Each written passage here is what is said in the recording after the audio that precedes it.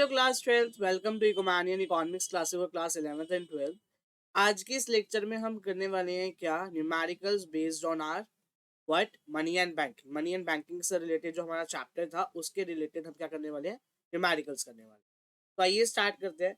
ये सबसे पहले मैं आपको कुछ फॉर्मूलेज हैं वो आपको याद कराना चाहूंगा, वो आप नोटबुक के अंदर भी लिख लीजिए। सबसे पहले जो मैं आपको दिखा रहा हूँ ये मनी चैप्टर से रिलेटेड है हमारा। तो सबसे पहला हमारे पास क्या आ रहा है कि M1, इसमें हमारे मेजर्स को आपको याद करना है, M1 M2 M3 और M4 को। M1 में मैंने कहा था C plus D D plus OD आता है। ओडी के अंदर हमारा पब्लिक फाइनेंशियल इंस्टीट्यूशन आता है, foreign central bank and government आता है और इंटरनेशनल फाइनेंशियल इंस्टीट्यूशन जैसे कि हमारा IMF या वर्ल्ड बैंक आता है। पब्लिक फाइनेंशियल इंस्टीट्यूशन का एग्जाम्पल क्या था, नबार्ड। ठीक है। M2 का फॉर्मूला, M1 लेते थे प्लस में डिपॉजिट्स लेते थे किस चीज के, post office saving bank account. ठीक है। और M3 में M1 के साथ हम नेट टाइम डिपॉजिट लेते थे विद कमर्शियल बैंक, और M4 में हम लेते थे M3 plus total deposit with post office. ठीक है। ये थे मनी के चैप्टर से रिलेटेड आपके क्या फॉर्मूलेस। ठीक है। अब आया बैंकिंग। बैंकिंग में हमारे पास दो फॉर्मूले आते हैं। पहला आता है मनी मल्टीप्लायर का, जिसको हम क्या कहते हैं, 1/CRR या 1/LRR। ठीक है, कुछ भी कह सकते हैं। टोटल डिपॉजिट का फॉर्मूला आता है हमारा क्रेडिट क्रिएशन की प्रोसेस है, जो मैंने आपको नेक्स्ट क्लास प्रीवियस क्लास के अंदर कराया था। उसमें होता है money multiplier into initial deposit, और मनी मल्टीप्लायर को फिर हम 1/LRR या 1/CRR भी लिख सकते हैं। ठीक है। और इनटू में इनिशियल डिपॉजिट्स। क्लियर होगी ये बात। अब चले, अब आपके सामने जो पहले 7 न्यूमेरिकल्स में कराने वाला हूँ वो हमारे हैं किस चीज से रिलेटेड, वो है हमारे मनी के चैप्टर से रिलेटेड। ठीक है। तो यहाँ पे आपके सामने पहला न्यूमेरिकल आपकी स्क्रीन के ऊपर है। अब हमें करना क्या भैया, ये कह रहा है कि हमें इसमें क्या निकालना है, हमें इसमें निकालना है, इसमें M1 M2 M3 और M4 निकाल। ठीक है। तो चलिए M1 M2 M3 और M4 निकालते हैं। सबसे पहले हमें पता है M1 का फॉर्मूला क्या होता है, फटाफट से बताइए M1 का फॉर्मूला क्या होता है। मैंने कहा M1 का फॉर्मूला होता है C plus D D plus OD. ठीक है, ये होता है। तो मैं क्या करूंगा, करेंसी विद द पब्लिक कितनी है, 1 लाख। तो 1 लाख प्लस में डिमांड डिपॉजिट कितने हैं, 80,000, प्लस में ओडी कितना है हमारा, मैंने क्या 5,000। तो मैंने क्या 5,000 में क्या कर दूंगा यहाँ पर ऐड कर दूंगा। ठीक है। तो यहाँ पर जैसे मैं ऐड करूंगा तो ये कितना आ जाएगा, 1,85,000 लगा देंगे इसकी स्टार्टिंग में। ठीक है। जो भी करेंसी आपको मेंशन होगी आप वो लगा के आएंगे। क्लियर होगी ये बात। चलिए आगे चलते हैं भैया। फिर हमें निकालना है इसी में M2 भी। M2 होता है M1 प्लस में, हमने कहा post deposit with post saving bank account,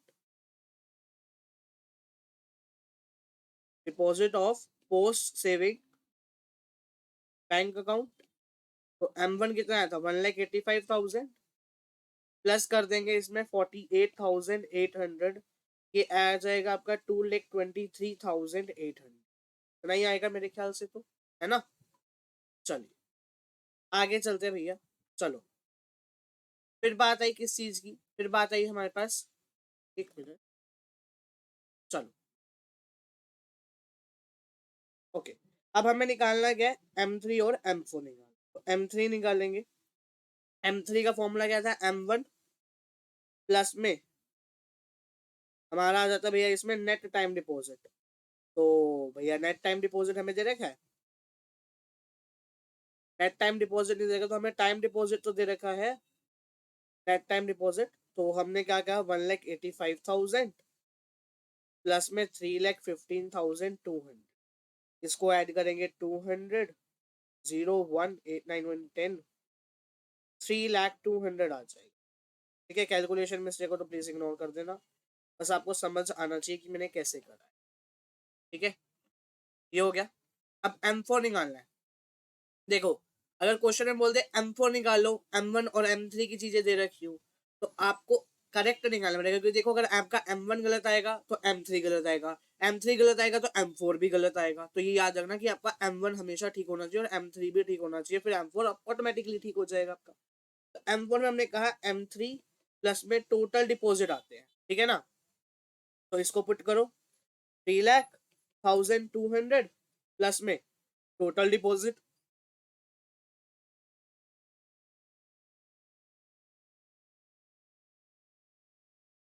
ये आपका आ गया इसका आंसर। क्लियर हो गया फर्स्ट क्वेश्चन का आंसर आपको कैसे आया मैंने निकाला। चलिए अब जो नेक्स्ट क्वेश्चन है उसमें थोड़ी सी आपकी ट्रिक लगनी है, क्योंकि यहाँ पे कह रहा है ट्रिक थोड़ा लगनी है, इसमें अगले क्वेश्चन में लगनी है, इस क्वेश्चन में नहीं लगनी, अगले में लगनी है।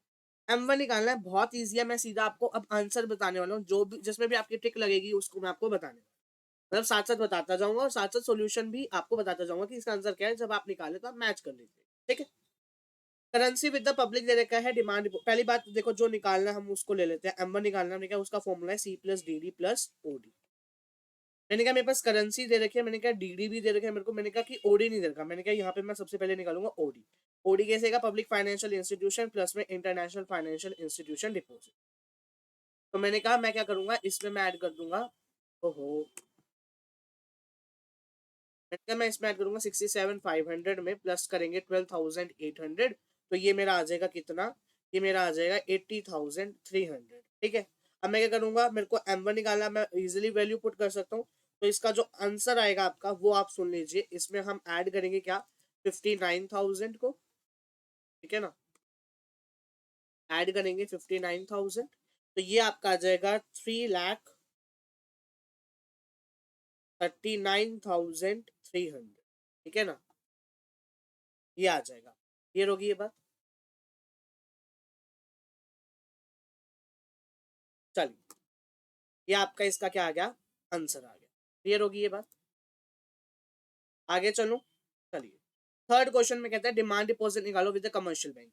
मैंने क्या M1 देखो, पहले सबसे पहले ना हर एक केस में आपका M1 तो ये मांग ही रहा है। मैंने क्या M1 क्या होता है मेरा, M1 होता है C+DD+OD। अब ये डिमांड डिपॉजिट का है, ये रहा, मेरे को ये निकालना है। तो मेरे पास देखो क्या क्या है, मेरे पास M3 दे रखा है, मैंने क्या M3 दे रखा है, तो मैं इधर से क्या निकालूंगा, M1 निकालूंगा। M1 प्लस में नेट टाइम डिपॉजिट होता है, तो यहाँ से जो मेरी M1 की वैल्यू आएगी वो कितनी आएगी, देखो कैलकुलेट करेंगे हम। तो कैलकुलेट में हमारे पास क्या है, M3 की जगह 4,60,000 माइनस करेंगे 2,75,500, तो ये आ जाएगा मेरे पास 1,84,500, ठीक है, ये आ गया मेरे पास। अब ये M1 की वैल्यू है, अब मैं इसको यहाँ पे पुट करूंगा 1,84,500 इज इक्वल टू करेंसी कितनी दे रखी है मेरे को 1,00,000, डीडी मेरे को निकालना है, और ओडी में मेरे पास क्या आता है, पब्लिक फाइनेंशियल इंस्टीट्यूशन आता है, और कुछ आता है, और कुछ तो हमें दे नहीं रखा, तो हम यहाँ पे 54,000 ऐड कर देंगे। तो मेरा यहाँ से जो आंसर निकल के आएगा वो कितना निकल के आएगा, 1,84,000 में से 1,54,000 माइनस करेंगे तो ये आ जाएगा मेरा 30,500 आंसर। क्लियर होगी ये बात। आगे चलो, चलिए फोर्थ क्वेश्चन। यहाँ पे कह रहा है आपको फॉरेन सेंट्रल बैंक डिपॉजिट की अमाउंट निकालनी है, यानी क्या फिर से वही करो, मैं ऊपर लिख देता हूँ M1 is equal to C+DD+OD होता है ना।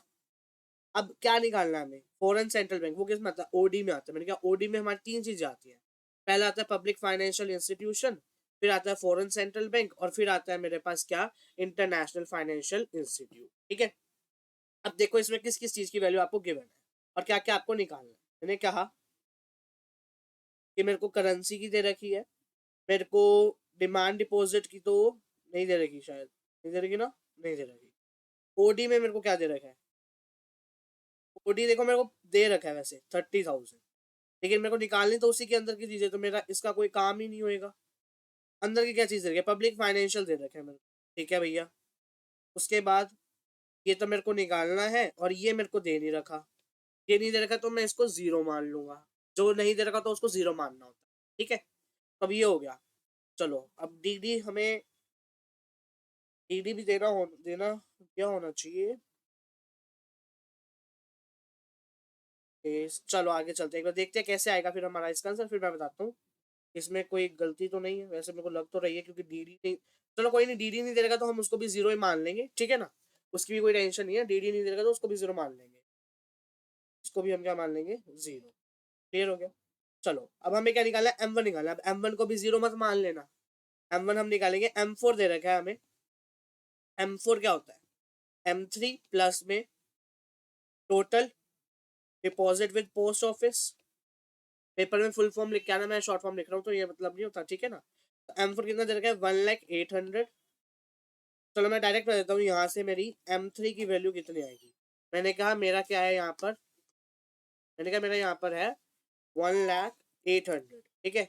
अब यहाँ पे मेरे को माइनस कितना करना है, टोटल डिपॉजिट यानी कि 50,000, ठीक है ना।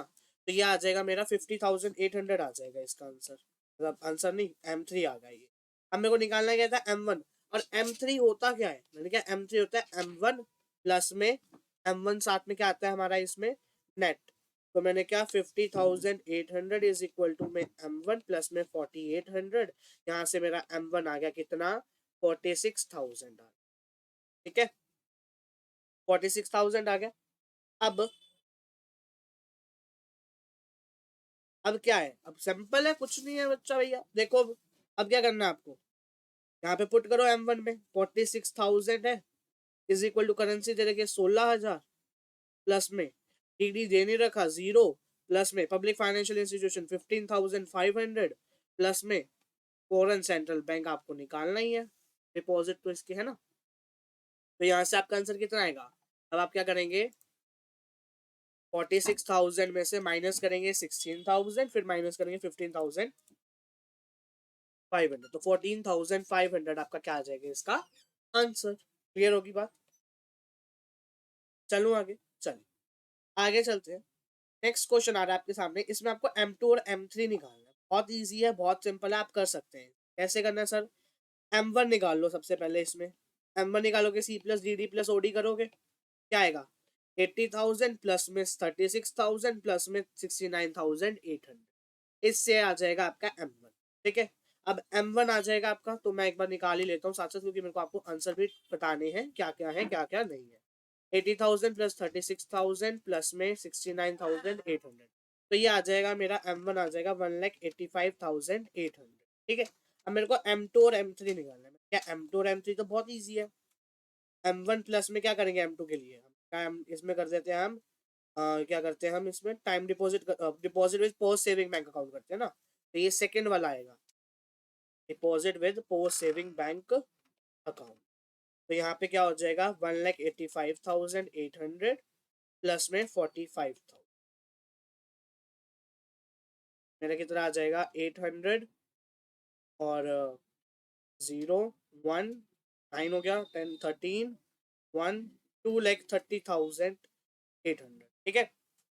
और इधर M1 प्लस में नेट कर देंगे, तो कितना आ जाएगा, 1,85,000 में, इसमें हमने क्या करना है, इसमें हमने ऐड करना है, कितना है ये नेट टाइम डिपॉजिट, 3,4,3,5,480, तो ये आ जाएगा मेरा 2,21,280, ये मेरी आ गई M3 की वैल्यू, और यही मेरी M2 की वैल्यू मैंने आपको बता दी 2,30,800। क्लियर होगी ये बात, चलूँ मैं आगे, चलिए।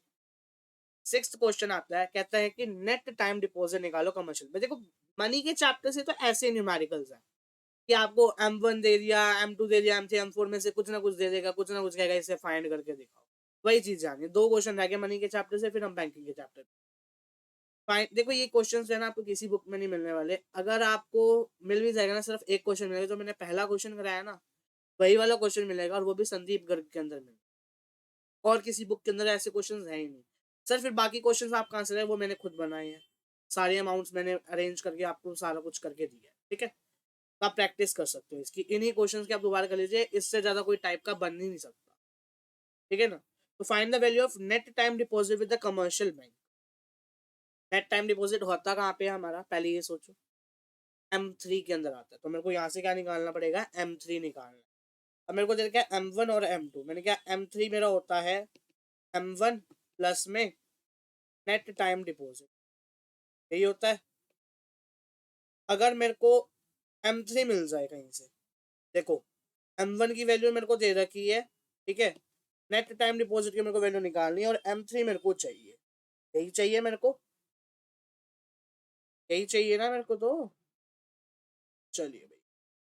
अब M3 क्या होता है हमारा, अच्छा M1 हमें दे दिया, एक मिनट रुकिए भैया, इसमें इस क्वेश्चन में मिस्टेक है मेरे ख्याल, यहाँ पे ना ये M2 की जगह जो है ना, यहाँ पे M2 की जगह M4 आना था, मैं एक बार ना चेक कर लेता हूँ, जस्ट होल्ड ऑन।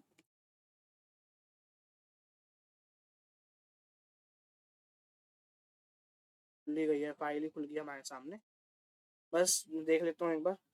M4 ही लग रहा है, क्योंकि मेरे को शायद से M4 ही लग रहा है, M4 ही आएगा। चलिए भैया, इसका हम M4 ही है, ये M2 की जगह ना यहाँ पे रिप्लेस करना रह गया होगा, मिस्टेक्स थी ना क्वेश्चंस में थोड़ी बहुत, तो ये M4 दे रखा है हमें, ठीक है। M4 तो दे रखा है हमें भैया, अब क्या करेंगे हम, कुछ नहीं करने वाले, हमें M4 में हमें इसकी वैल्यू पुट करनी है।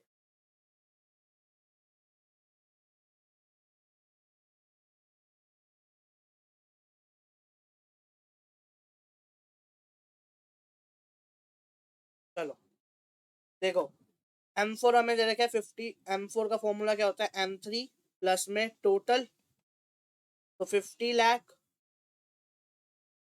माइनस कर देंगे इसमें से कितना, 6,50,000, हमारा M3 आ जाएगा, हमारा M3 आ जाएगा।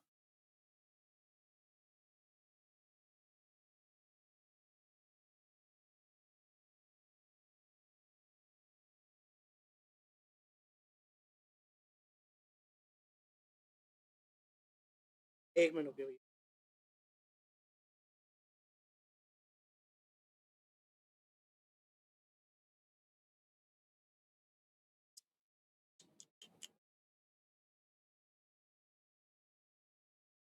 चलो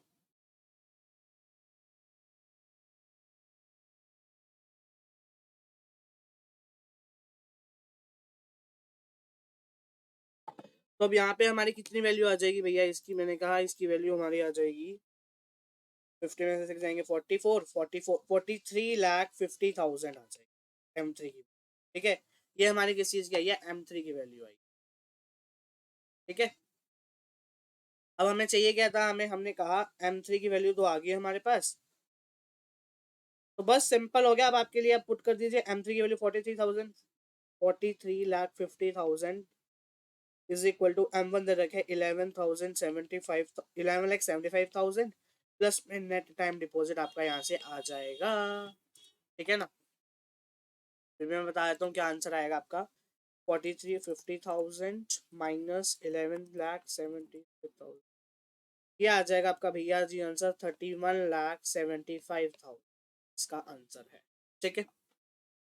last question of money chapter, and यहाँ पे आपको M3 और M4 निकालना है, सो सिंपल है, ये मैं नहीं कर, बस बता देता हूँ, आंसर बताना होता तो फिर तो आंसर ही आ जाता है आपके पास सीधा सॉल्यूशन ही। M3 निकालेंगे M1 प्लस में नेट कर देंगे, और M4 निकालने के लिए M1 M3 प्लस में टोटल कर देंगे, तो कितना आ जाएगा बताओ, 5,05,100 प्लस 2,24,900, ये आ गया 7,25,400, और M4 कितना आ जाएगा, मैंने क्या M4 आ जाएगा मेरा,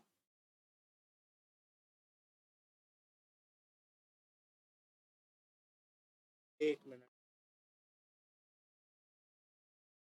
6 लाख, ओके एक मिनट रुको, 7,25,400 प्लस में 6,15,100, तो ये आ जाएगा मेरा भैया 13,40,500, ये मेरा इसका आंसर, ये मेरा इसका आंसर है, क्लियर होगी बात।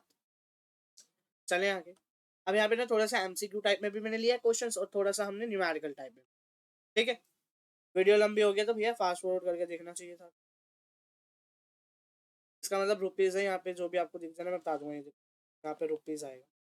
कह रहे हैं टोटल डिपॉजिट जो है, अब बैंकिंग वाले चैप्टर से न्यूमेरिकल कर रहे हैं, फॉर्मूला याद कर लो, money multiply is equal to 1/CRR या 1/LRR, और total deposit is equal to money multiply into initial deposit, ये मनी मल्टीप्लाई टोटल डिपॉजिट से रिलेटेड कह रहे हैं। टोटल डिपॉजिट जो है वो 10,000 क्रिएट करेगा या बैंक के थ्रू, ठीक है ना, बैंक ने कितने करे हैं 10,000, ठीक है। अगर कह रहा है लीगल रिजर्व रिक्वायरमेंट LRR, वो कह रहा है 40% है, तो अमाउंट ऑफ इनिशियल डिपॉजिट था, मैंने क्या, total deposit is equal to 1/LRR होता है, इनटू में इनिशियल डिपॉजिट होता है, इनिशियल डिपॉजिट हमें निकालने हैं, पुट करो वैल्यूज को, 10,000 इज इक्वल टू 140 इनटू में आईडी हमें निकालना है, आईडी इज इक्वल टू में 4 लाख डिवाइडेड बाय 100, जीरो से जीरो गया, तो ये आ गया 4,000 करोड़, सी ऑप्शन मेरा आ जाएगा, डी ऑप्शन को 8,000 कर लेना, ये सेम है। सेम है ना ऑप्शन, तो इसलिए मैंने कह दिया कि डी को कर लेना 8000। ठीक है, चलिए। What is the value of money multiplier when initial deposit are this and LRR is this? करते हैं भैया। कह रहा है मनी मल्टीप्लायर की वैल्यू बताओ। मनी मल्टीप्लायर की वैल्यू बताओ जब इनिशियल डिपॉजिट 500 है और LRR 10% है। मनी मल्टीप्लायर भैया देखो, मनी मल्टीप्लायर का फॉर्मूला क्या था बताओ। मनी मल्टीप्लायर हो जा सिलेक्ट, कई बार इसमें सिलेक्ट नहीं होता भैया। मनी मल्टीप्लायर 1/LRR, तो यानी कि 1/10% है, तो ऊपर 100 आ जाएगा, डिवाइडेड बाय 10, आंसर आ गया सी 10। मनी मल्टीप्लाई हो जाता, यहाँ पे इनिशियल डिपॉजिट का कोई काम ही नहीं है, बुद्धू बनाने के लिए दे रखा है बस यहाँ पे। ठीक है ना, चलो।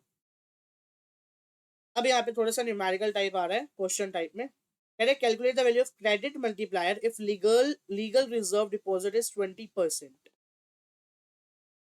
यानी मनी मनी मल्टीप्लायर निकालना, मनी मल्टीप्लायर निकालेंगे कितना आएगा 100/20, ये आ गया भैया 5। This is your answer, so simple. चलिए, calculate the value of money multiplier is required reserve ratio is this 100 by में 125।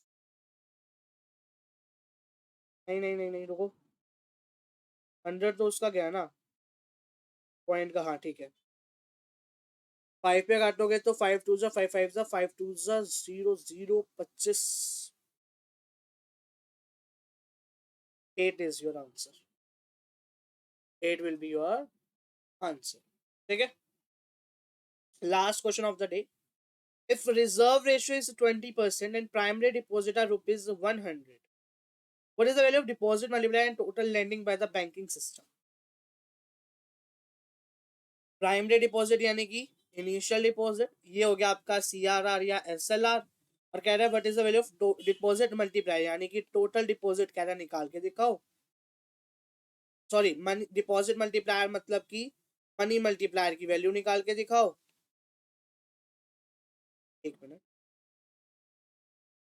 मनी मल्टीप्लायर की वैल्यू निकाल और टोटल लैंडिंग मतलब टोटल डिपॉजिट निकाल।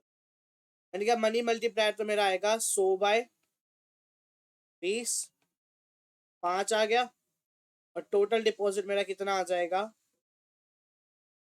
5 इंटू में 100, 500 रुपए। This will be my. अब बच्चे कहेंगे सर ये 5 से मल्टीप्लाई क्यों करा भैया, देख यहाँ पर भी तो मनी मल्टीप्लायर ही आता है इस साइड पे, तो मैंने जब मनी मल्टीप्लायर की वैल्यू निकाली थी तो मैं डायरेक्ट पुट कर दिया। नहीं करते तो तुम ये करते 100/20 इंटू में 100, 0 ये गया 5, क्या आता तुम्हारा 500 आंसर, मैंने डायरेक्ट पुट कर दिया। आई होप सो आपको ये वीडियो अच्छी लगी होगी, लाइक करेगा, चैनल में नया तो सब्सक्राइब करेगा। मिलते हैं आपसे नेक्स्ट क्लास के अंदर। आई नो बहुत बड़ी वीडियो बनी है, लेकिन आपकी अंडरस्टैंडिंग के लिए बनाई गई है, आपके कंसेप्ट क्लियर हो जाए, आपको कोई प्रॉब्लम फेस ना हो बोर्ड के अंदर, उसके लिए बनाई गई। Tata bye bye, take care everyone. Next class में हम अपनी नेक्स्ट यूनिट स्टार्ट करने वाले हैं, मनी एंड बैंकिंग की हमारी यूनिट जो है वो पैक हो गई है। Thank you.